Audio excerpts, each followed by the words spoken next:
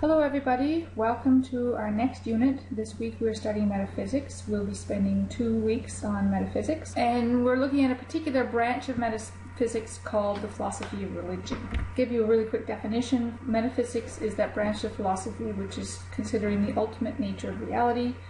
You'll see that there's some overlap, we'll venture into the question of reality that we saw with epistemology. But this is particular, how do we know certain things exist? How do we know what's possible and not possible? Now, when we're talking about reality and sort of metaphysical questions, we're not talking about questions like are there black holes or what's the chemical composition of water. Those ones belong to more the scientific investigation. These are questions that can only be answered empirically. There's no other way of answering them. But other kinds of questions like does God exist? Do we have free will? Those are philosophical because you might try to answer them empirically, but you might not ever arrive at a particular answer. You might not ever be able to prove it empirically. And so it's these kinds of questions that metaphysics addresses. There are other sort of questions too, but that kind of helps, I think, for you to distinguish. There's not every single question we would call a metaphysical question, although you can turn quite a few questions into metaphysical ones depending on how you phrase it. So as I said, we're looking at a particular branch, which is the philosophy of religion, which has the big question of does God exist? Now, you'll remember from what we've talked about already that most philosophers agree that the only way to decide if a belief is justified, if you're justified to hold that belief as truth, only if it can be supported by a good argument. So the idea is that if you can find a good argument that God exists, then you'll be justified in believing that God exists. If you can find a good argument that says God does not exist, then you'll be justified in not believing. So the whole point we're looking at here is the kinds of arguments that have been put forward to justify the belief or disbelief in God. Now you can break down these kinds of arguments into usually 3 different fields within philosophy. There's the ontological argument, and we'll be looking at a philosopher called Anselm, who is the first one who came up with this ontological argument. And now Descartes, some people say that he is ontological as well, or that he kind of takes issues with it, but we're not looking at Descartes' view of it. There's also the teleological argument, which I'll mention in next week, and then there's the cosmological argument, and we're looking at Aquinas. So we're looking at 3 philosophers who all answer yes, God does exist. At least 2 of them use deductive logic, Anselm and Aquinas. Anselm will use more a priori deductive logic. Aquinas, some people argue that he's a priori. Most people say no, he's not a priori. He's a posteriori deductive logic to prove that God exists. Or you get somebody like Pascal, who's the final philosopher we'll talk about, who says there's no point even trying to establish the proof. What's best is to just decide if you should believe or not. So he just kind of gets away with the whole premise and just starts with is it better to believe or not. Now I want to make it really, really clear that this unit is not a discussion about your religious beliefs, and please in your posts don't use this as an opportunity to say why I believe or why some of your classmates are dumb for not believing. What we want to focus on in this unit is the way that each philosopher is setting out to make the argument. So we're looking at the structure of the argument, the method that he's using. And your midterm exam will be asking you to identify different kinds of arguments that other people are making. So it's really important that in here you're getting more practice on identifying the structure of an argument, how they build a case. And then you can talk about if you agree with how they build the argument. Do you find that way of arguing effective and convincing? So less about do you believe God exists or not, but more about how does the method of arguing for something's existence, how effective and convincing is that one. So let's start with St. Anselm and the ontological argument. I'm starting with this one because Anselm is our oldest philosopher. Basically what we did, we started the course with our Plato and Aristotle, and then we jumped over the philosophers that we're looking right now. We jumped all the way over until we get to Descartes. So we're going to backtracking a little bit to the 11th century instead of the 17th century, and we're looking at Christian philosophers. So these are Christians who discovered ancient philosophy and are finding ways to make those two kind of compatible. Now, one thing I have to say is this lecture will probably not make sense unless you made sure you watched that little lecture on logic. I made a separate little folder that's specifically on logic, and I'm going to assume that you've watched this and know kind of the terms that I'm talking about. So if you haven't done that, hit pause, go back and watch that lecture on logic, and then come back and read this one here.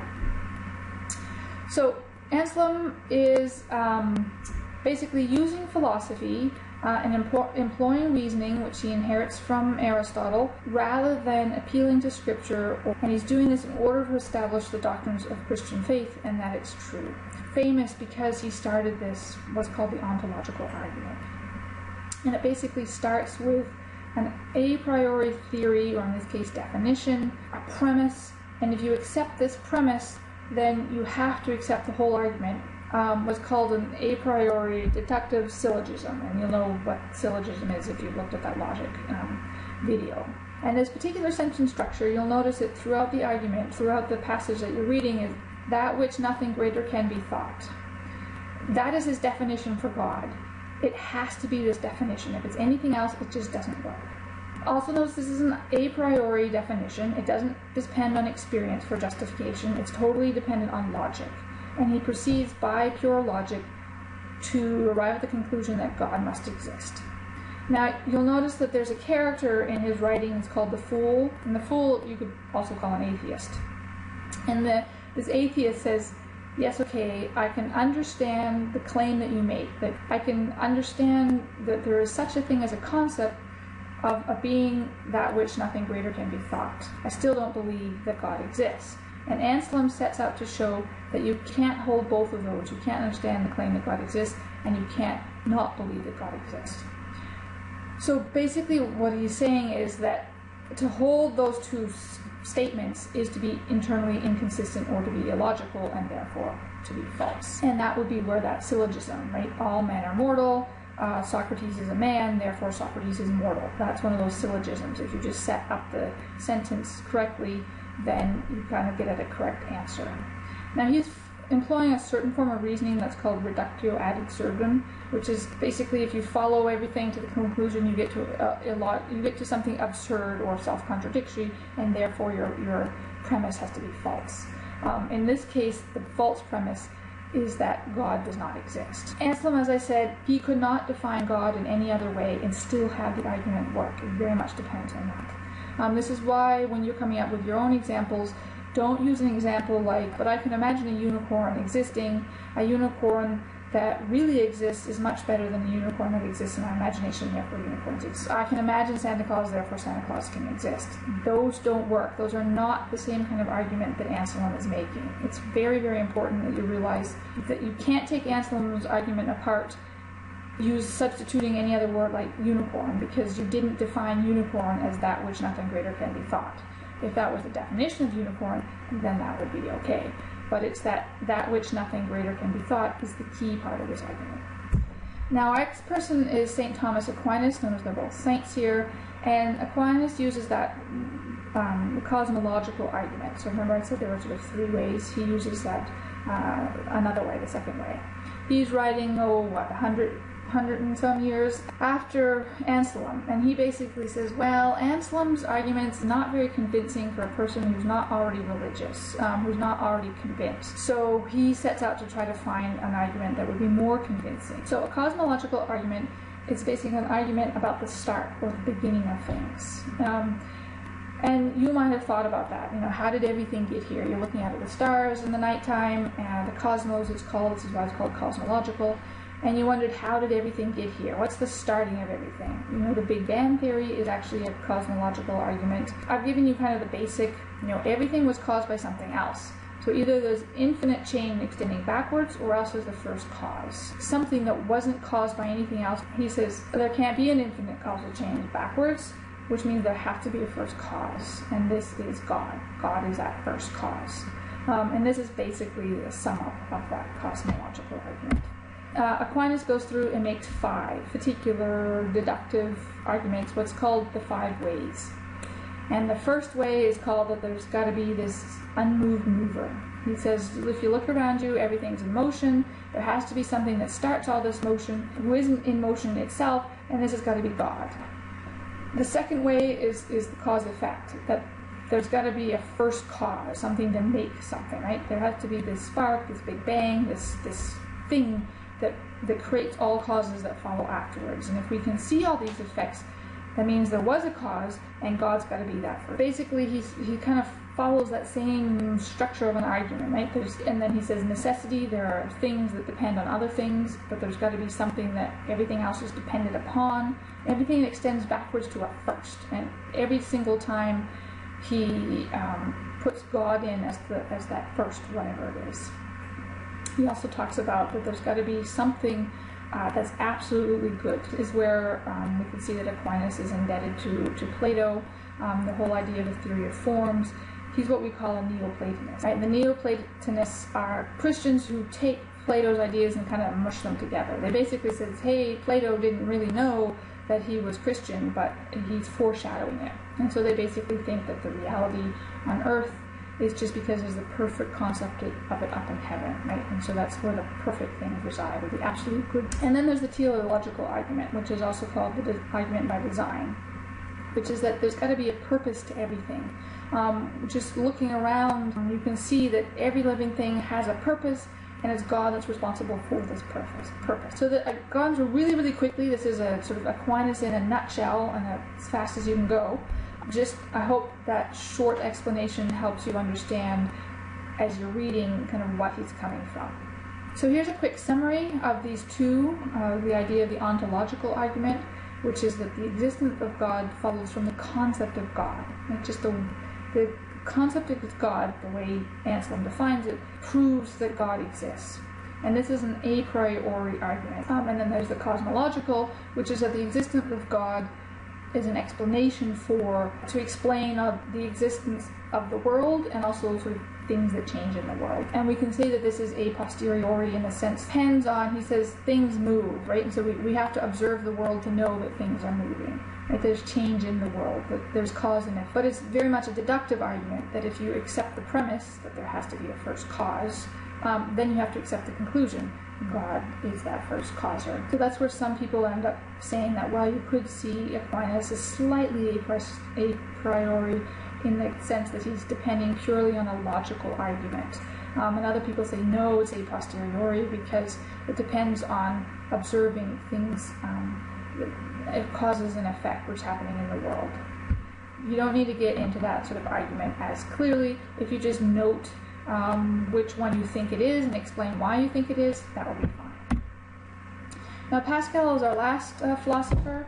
He's moving into the 17th century. French. He was a mathematician, a physicist. I think he invented various, weapons actually, and he was a Catholic theologian. And Pascal basically starts off by saying that you can't comprehend God because we're not perfect. The only perfect being is God.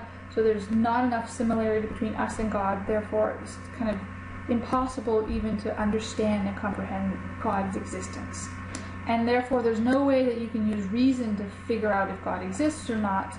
The only thing you can do is give up on trying to establish proof for existence and instead focus on figuring out for yourself whether it's better to believe that God exists or doesn't exist.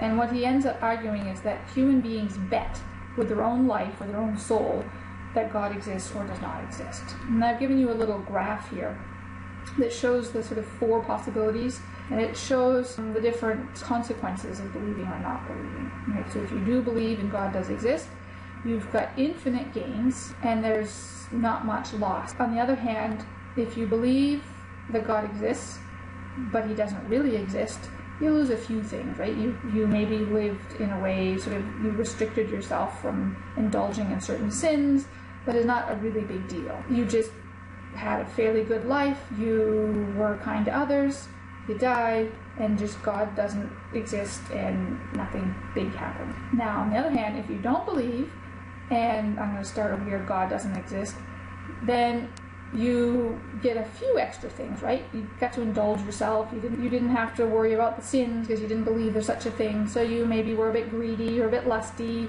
You just did what you wanted. You didn't live by morals. And so you gain things during your life. You died, nothing happens. But option C, though, if you did not believe that God exists and he actually did, you've got finite gain, right? You got to live sinfully. However, you suffer infinite losses, right? Your soul is damned for eternity. Your A and your C are the places where it really matters, right? Because if God doesn't exist, then the fact that you believe or not believe doesn't have any consequences. But if God does exist and you believe, yay, you're set for life, you're in heaven. If you didn't believe and God exists, then you're damned forever. And so Pascal says it's only logical to choose option A. And so this is, you can see how this is a mathematical minded person, right? That he weighs the pros and cons and comes up with, okay, A is the one that you've got to wager on, because that's the most you have to lose on, and therefore just choose it and act as if you believe on it. So I'm going to leave it at this. What I'd like you to do in your posts is think about those three kinds of arguments that the philosophers are making, and I'd like you to think about which one you find most convincing, and I'd like you to think about a kind of decision that you've had to make and which kind of a reasoning process that you make.